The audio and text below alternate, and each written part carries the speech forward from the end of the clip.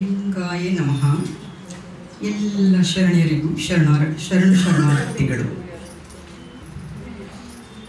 ಧೂಪದ ಗೊಗ್ಗವ್ವೆ ಅವಳ ನೆನಹು. ಧೂಪದ ಗೊಗ್ಗವ್ವೆ ಶಿವಭಕ್ತರ ಉದರದಲ್ಲಿ ಜನಿಸಿದವಳು. ಬಾಲ್ಯದಿಂದಲೇ ಅವಳು ಶಿವಭಕ್ತಿಯನ್ನು ಮೈಗೂಡಿಸಿಕೊಂಡು ಬೆಳೆಯುತ್ತಿದ್ದಾಳೆ. ತಂದೆ ತಾಯಿಗಳು ಯೋಚನೆ ಮಾಡುತ್ತಿದ್ದಾರೆ, ಗೊಗ್ಗವ್ವೆಗೆ ಮದುವೆ ಮಾಡಬೇಕು ಅಂತ. ಆ ವಿಚಾರವನ್ನು ಮಾಡುತ್ತಿದ್ದಾಗ ತಂದೆ ತಾಯಿಗಳು ಗೊಗ್ಗವ್ವೆ ಯೋಚನೆ ಮಾಡಿದ್ಲು, ನಾನು ಶಿವಧ್ಯಾನದಲ್ಲಿರುತ್ತೇನೆ ವಿನಃ ಮದುವೆ ಆಗುವುದಿಲ್ಲ ಎಂದು ಹೇಳಿ ಅವರು ಮಾತನಾಡುತ್ತಿರುವ ಸಮಯದಲ್ಲಿ ಶಿವಾಲಯಕ್ಕೆ ಓಡಿ ಹೋಗಿ ಔತಿಕೊಂಡಳು. ಮನೆಯಲ್ಲೆಲ್ಲ ಹುಡುಕಿದರು.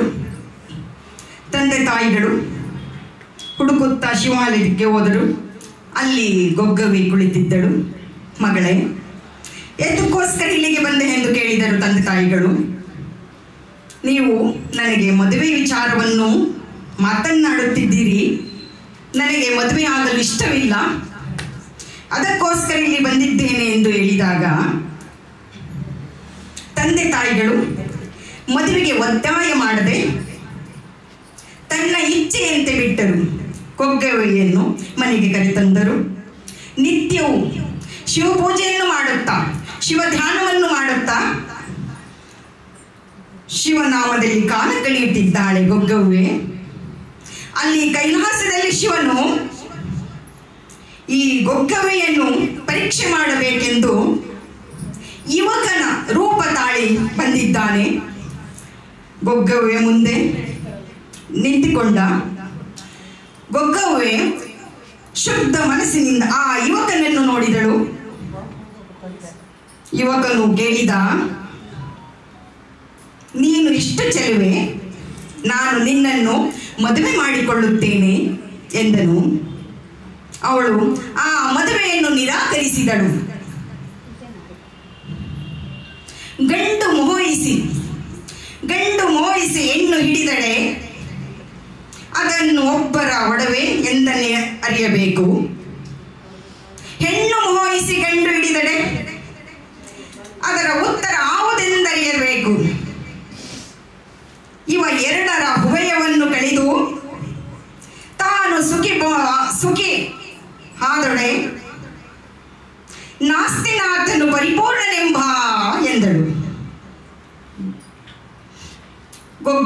ಗೊಗ್ಗವ್ವೆ ಯಾವಾಗ ಹೇಳಿದಳು, ಆ ಶಿವನು ಆಹಾ ಎಂಥ ಶಿವಭಕ್ತೆ ಎಂದು ತಿಳಿದು ಆ ಗೊಗ್ಗವ್ವೆಗೆ ವೀರಶೈವ ಉಪದೇಶವನ್ನು ಮಾಡಿದ ಆ ಶಿವ ಅಂದಿನಿಂದ ವೈರಾಗ್ಯವನ್ನು ತಾಳಿ ಕಲ್ಯಾಣಕ್ಕೆ ಹೋಗಿ ಧೂಪವನ್ನು ಹಾಕುವ ಕಾಯಕದ ಕೆಲಸದಲ್ಲಿ ತೊಡಗಿದ್ದಾಳೆ ಗೊಗ್ಗವ್ವೆ.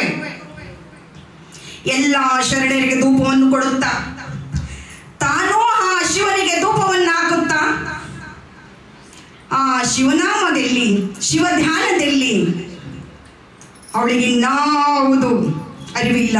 ಶಿವನೊಬ್ಬನೇ ಅವಳಿಗೆ ಕಾಣಿಸುವನು. ಅಂಥ ಶಿವಭಕ್ತೆ ಗೊಗ್ಗವ್ವೆ.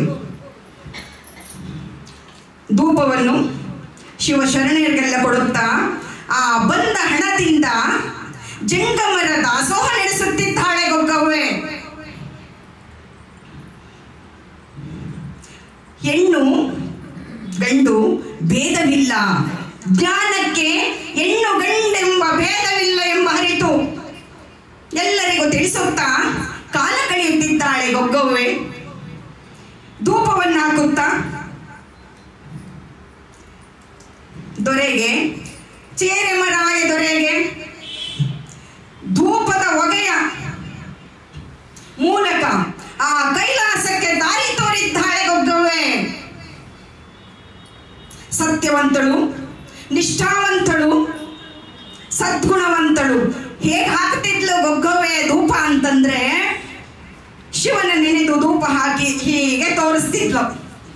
ಎಲ್ಲ ಶರಣರು ಧೂಪ ತಗೊಂಡು ಹಿಂಗೆ ಹಾಕಿ ಶಿವನಿಗೆ ತೋರಿಸುವರು. ಇವುದು ಧೂಪ ಶಿವನಿಗೆ ಅರ್ಪಿತ.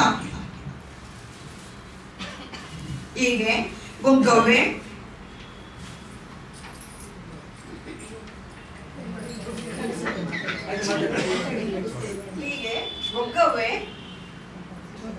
ಧೂಪವನ್ನು ಹಾಕುತ್ತಾ ಶರಣರಿಗೆಲ್ಲ ಧೂಪ ಕೊಡುತ್ತಾ ಶಿವಧ್ಯಾನವನ್ನು ಮಾಡುತ್ತಾ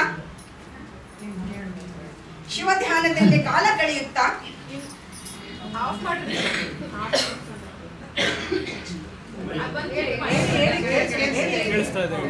ಶಿವಧ್ಯಾನವನ್ನು ಮಾಡುತ್ತಾ ಶಿವಭಕ್ತಳಾಗಿ ಶಿವ ಶರಣರಿಗೆಲ್ಲ ಧೂಪವನ್ನು ಕೊಡುತ್ತಾ ದಾಸೋಹ ನಡೆಸುತ್ತಾ ಅಂತ್ಯಕಾಲದಲ್ಲಿ ಆ ಶಿವ ಸಾಯುಜ್ಯವನ್ನು ಪಡೆದಳು ಗೊಗ್ಗವ್ವೆ. ಶಿವನೊಲಿಯದೆ ನಿನಗೆ ಮುಕ್ತಿ ಇಲ್ಲ, ಶಿವಭಕ್ತಳಾಗುವುದು ಸುಲಭವಲ್ಲ. ಶಿವನೊಲಿಯದೆ ನಿನಗೆ ಮುಕ್ತಿ ಇಲ್ಲ, ಶಿವಭಕ್ತಳಾಗುವುದು ಸುಲಭವಲ್ಲ. ಶಿವನೊಲಿಯದೆ ನಿನಗೆ ಮುಕ್ತಿ ಇಲ್ಲ.